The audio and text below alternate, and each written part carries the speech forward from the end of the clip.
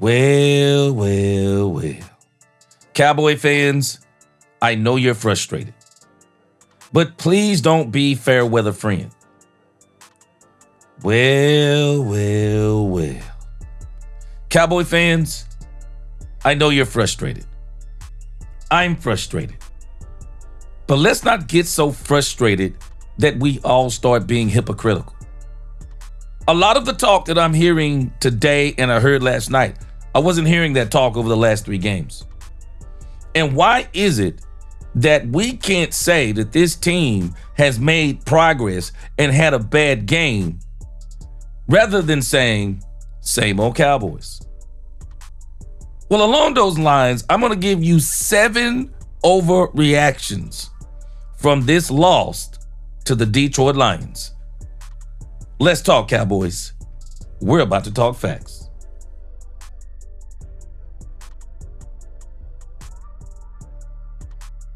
Welcome, Cowboy fans and Cowboy haters alike. I'm the G, and I'm the host of Let's Talk Cowboys, where we talk facts. And if you like this video, don't forget at the end to please like, share, subscribe, hit that notification bell so you know the next time we post another video or go live. And if you haven't become a channel member or subscriber yet, please do. We have a lot more things coming up this season. Now let's talk facts. Cowboy fans, the Cowboys got beat yesterday. And let's stop pretending like it was all the Dallas Cowboys, like them winning was all dependent upon the Dallas Cowboys and the Detroit Lions had no say-so. No, they had a lot of say-so. And I'm going to give Dan Campbell credit. Man, Dan Campbell called a great game against the Dallas Cowboys. And I'm just telling you, this man studied the Dallas Cowboys. He studied their tendencies. He studied their offense, their defense. And the thing that I really think he did a great job of that people are not giving him credit for is the special teams. Wow. We're going to talk about this later on today on the live. But I'm telling you, they destroyed the Cowboys. Just killed them softly, if I can say it like that. They killed them softly on special teams. But I want to give you 7 overreactions, and we're going to talk about those today as a matter of fact live. 7 overreactions to the Cowboys' loss. Yes! Here we go! This one right here is bothering me to no end. It is bothering me to no end. Overreaction number 1, same old George Pickens. This is bothering me to no end. This man has been the best wide receiver in this league over the last 9 to 10 games? So you're telling me that last night that George Pickens all of a sudden decided not to play and the Detroit Lions had nothing to do with this? I'm going to show you how a lot of people are wrong about what they said about George Pickens, including Richard Sherman, who I have a whole lot of respect for, knows a whole lot more about football than I ever will. He's forgotten more football and played more football than I've ever even experienced. But nevertheless, it doesn't mean that maybe it's an overreaction even by Richard Sherman being in that moment. This thing on George Pickens, there's a lot of things that played into this. A lot of people are not understanding the Detroit Lions because the Cowboys have been so arrogant about this doggone slant play that's unguardable. Even I've talked about it, where the Detroit Lions said, we're up for the challenge. And one of the things they were determined to do was stop that slant play short and put somebody over the top just in case George Pickens tried to break out. The cornerback that played George Pickens, he played very confidently short. And so I think some of these things, if you'll notice in a lot of these catches, I'm going to do a video about this today, you'll notice that they always had people around George Pickens. And this is one of the reasons why CeeDee Lamb was having an incredible game. What was he? 6'4", 125 or 121, somewhere in there, because they paid so much attention to George Pickens. They said, you're not beating us with that play. And for all the people, I'm gonna prove you wrong who are saying that he was half playing and not doing. No, you're wrong about George Pickens on this. It is just the overreaction. And it's funny to me, none of this talk about the same old George Pickens was out last week or the week before or this entire season pretty much until we get to this game with the Detroit Lions. Overreaction number 2. I'm tired of this. Same old Cowboys. I can't stand this attitude. People are always looking for it to be the same old Cowboys. Why can't we just say we got our butts kicked? Why not? Why is it that we can't just say, no, the Cowboys got their butts kicked?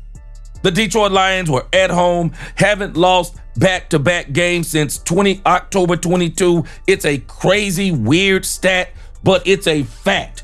They have not lost back-to-back games since October 2022. The Cowboys were up against history in this game, man. I'm telling you. Dan came to play. It's almost like Dan had been preparing for the Cowboys for 2 weeks. He came to play. It's not the same old Cowboys.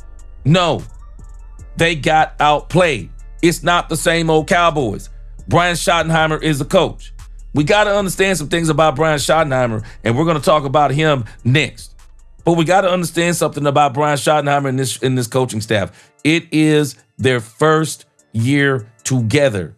And we are seeing this is not just player issues. We're trying to blame some of these things on George Pickens, and we're trying to look for certain players to blame everything on. There is a lot of blame to go around. But in the grand scheme of things, man, let's just be honest. Brian Schottenheimer got outcoached. Yes! Here we go! Overreaction number 3. Concerns about Brian Schottenheimer being the head coach. I have no concerns about Brian Schottenheimer being the head coach. I don't have major concerns about Brian Schottenheimer being the play caller. But I do think we have to accept the fact, as much as I don't want to accept it, but Brian Schottenheimer truly hasn't called plays in 5 years. Brian Schottenheimer was the offensive coordinator here. He installed plays. And so, as I think about him calling plays, I'm a little bit concerned because I don't think his situational play calling is good. I don't think, what my understanding is, he's obviously scripting the first however many plays. I don't think the script is good. I think it's very predictable. I think he's very, for as much as he said they wanted to be, the Cowboys were going to be multiple. That's the one thing to me he hasn't kept his promise on as much. The Cowboys have not been as multiple as he said they were going to be. They really seem to be very predictable. I mean, the way he comes out with his run game. I mean, you just know how he's going to start the game. His MO has been slow starts.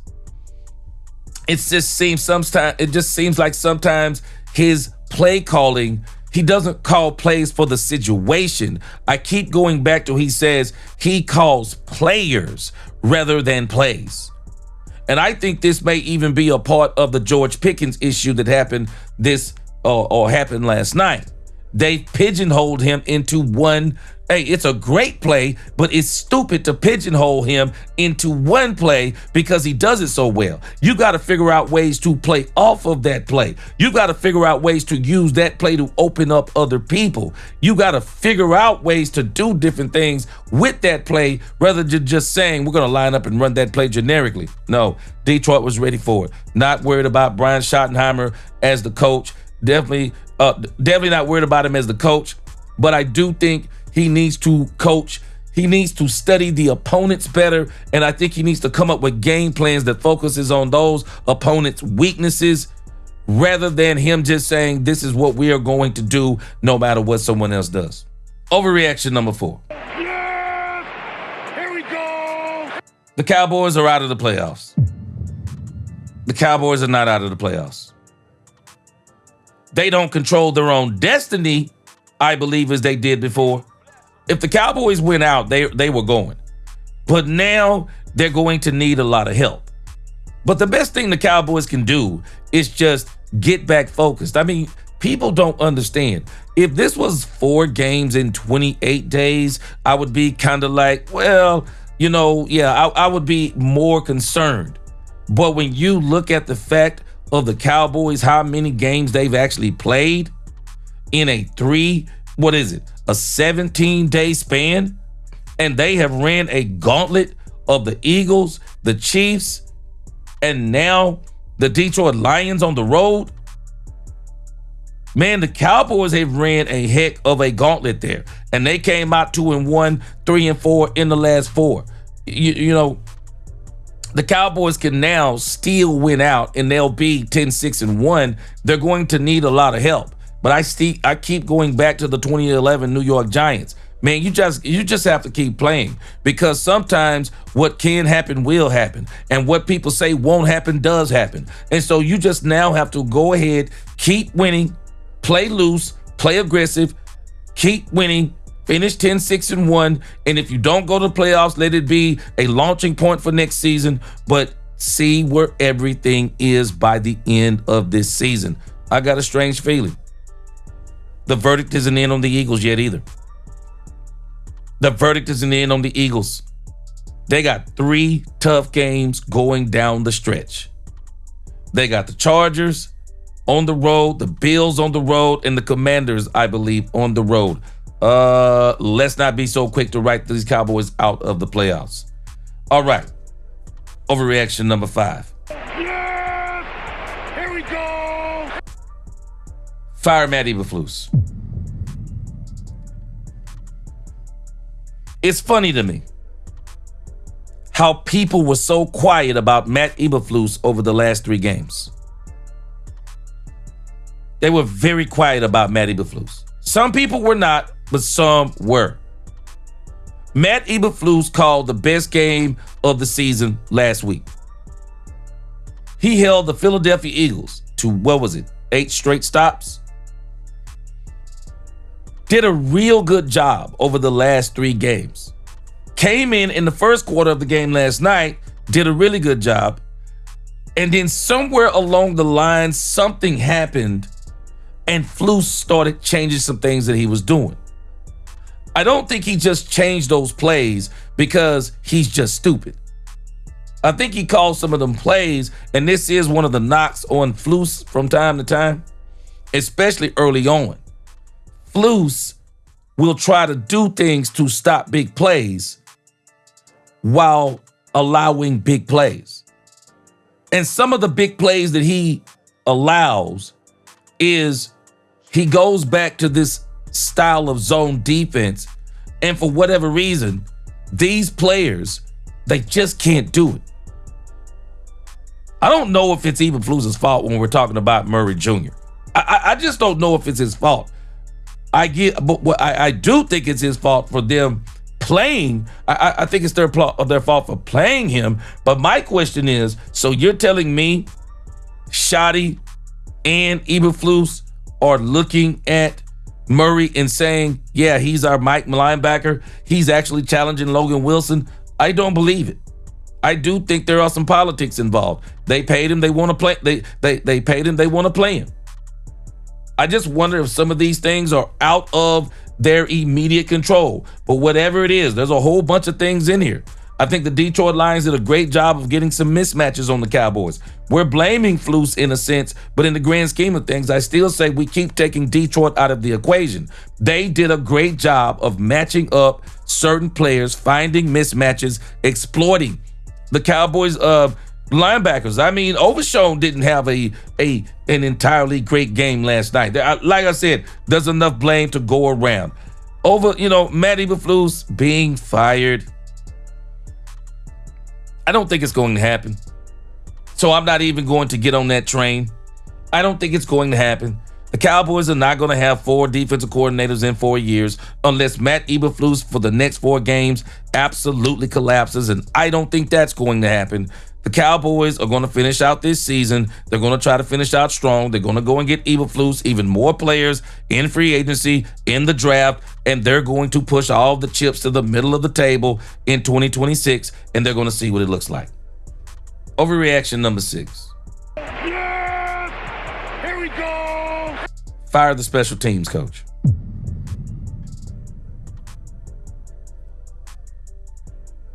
Special teams for the Cowboys have struggled this year. And I'm struggling with, is it all his fault? Because I can remember early on during the season, I think I can remember a blocked field goal. Marquise Bell returned for a touchdown. Sam Williams in the Arizona game, kneeling with the fumble recovery in the end zone. Elijah Clark with one of the greatest plays we've seen, I think, in special teams history against the Eagles. I mean, there have been flashpoints. But one of the biggest issues for the special teams this year, Brandon Aubrey's been great, but he's Brandon Aubrey. He's an alien. Cavante Turpin has not been the same on special teams. And I really think one of the issues is with Cavante Turpin. I think he's focusing too much on that third wide receiver spot, of which I don't think he should have. I've been saying this for the last 3 to 4 weeks. I really think Ryan Flanoy should have that third wide receiver spot because he's more of a true third wide receiver. Bring Cavante Turpin in for more gadget stuff rather than just having him on the field constantly, because it really doesn't help you in the grand scheme of things. His performances haven't been that good offensively. He's had 2 idiotic penalties over the last couple of weeks, calling fair catches and then running the ball. I tried to give him the benefit of the doubt last night, trying to figure out what was going through his head, but I'll be honest with you, I don't understand what was going through his head. Cavante Turpin doesn't seem to be as focused on returning like he was before they gave him that third wide receiver spot, because it's like that was his time to shine, and so it's like he's ready to get back on the field. And I said last night, I really think the Cowboys should not put him in on offense immediately after he returns a punt or a kick. Put in Ryan Flanoy, work him in give him some snaps at that position maybe, but don't let him be the starting third wide receiver. But is that the special teams coach fault, that he's making some of these boneheaded mistakes? But then last night, the Detroit Lions, I think they returned somewhere between 230, 270 yards. The average starting field position for the Detroit Lions was somewhere around the 45-yard line. I mean, I know we wanted the defense to get some stops, but boy, they had their backs against the wall. I don't care what anyone says. When your average starting point is the 45-yard line, you're going to get scored on a lot. And it's probably going to be a mix of what the Cowboys got last night. It's going to be a mix of field goals and touchdowns. I don't know. Firing the special teams coach, that's a good conversation to have. And finally, last but not least, overreaction number 7. Yes! Here we go! Same old Dak Prescott. This has to be one of the dumbest takes I've heard from some pundits. Dak Prescott was phenomenal last night. Did he miss a couple of throws? Okay, name me the quarterback week to week that don't miss throws. Dak missed a couple of big ones. He missed the one to Ryan Flanoy. He threw it over, I believe, the wrong shoulder. It was almost like he was kind of running up the seam, maybe. He missed Ryan Flanoy on that one. I also thought he missed the one up the left sideline to CeeDee Lamb. And it's like he threw it also to the wrong shoulder or the wrong side. That was a big miss. But other than that, Dak Prescott was on point. The 2 interceptions that goes to his credit were not his. Hit George Pickens right in the hand. I don't think George Pickens extended his hands out. He kind of let it come in, let the defender punch the ball out. The one to Ryan Flanoy, kind of confused on that one. I think it was either a week or two ago that same play was called a reception by another crew, and that brings me to another point. There's no consistency, it seems, with the referees in this league, because Tony Dungy pointed out, even on that Jake Ferguson pass interference, that there are 5 to 10 other referee crews. I can't remember the number he gave. They wouldn't have called that offensive pass interference. That would have been defensive pass interference, and that's exactly what it was. But they called that on Jake Ferguson. That was a game-changing play. Dak Prescott threw one to George Pickens in the end zone. Jake Ferguson, hands to the face, nullified another on the one. That would have been on the one pass interference. I mean, Dak Prescott, man, when your quarterback throws for as many yards as Dak Prescott threw for last night, and with the pressure he was up under, man, Dak Prescott did a great job. I think he was sacked 5 times last night. Had it not been for his escapability and some of the things he was doing, it would have been more than that. I mean, they just couldn't block for Dak Prescott last night. The Cowboys need to address in the offseason, not just their left, not just Nate Thomas. No, they need to evaluate their entire tackle situation. Terrence Steele, Nate Thomas, and Tyler Guyton. They're going to get Dak Prescott killed. But nevertheless, I mean, if anything, Dak Prescott continues to be nothing but consistency for the Cowboys this year, and he is playing at an all-time high, and he is still in that MVP race. What may rob Dak Prescott of that MVP race might actually be the wins, but we'll see how they finish out. I think he's going to finish out with 10 wins. But y'all tell me what y'all think. These are my 7 overreactions, and I'm going to talk about this more today on live. But I just encourage Cowboy fans, man, let's stop being fair weather fans. This team is improving week to week to week, even when they lose. I know we're struggling with the defense, and we're saying, no, it's the same old defense. I don't think it's the same old defense. I'm giving Dan Quinn credit. I'm giving Dan Campbell credit, and I'm giving the fact that they got weapons on that Detroit Lions team, and they came out there and they utilized those way better than we utilized our weapons. Y'all tell me what y'all think in the comments.